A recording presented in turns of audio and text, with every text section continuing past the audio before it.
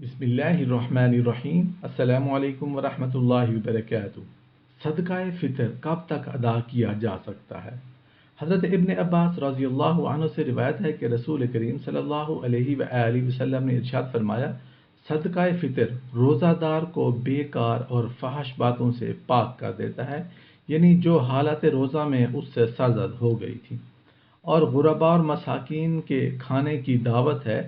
جس نے اس کو نماز عید سے قبل ادا کر دیا تو بہت ہی مقبول ہے، اور جس نے اس نماز کو یعنی عید کے بعد ادا کیا تو یہ باقی صدقہ کی طرح ہی صدقہ ہے، یعنی ثواب میں کچھ کمی آ جاتی ہے۔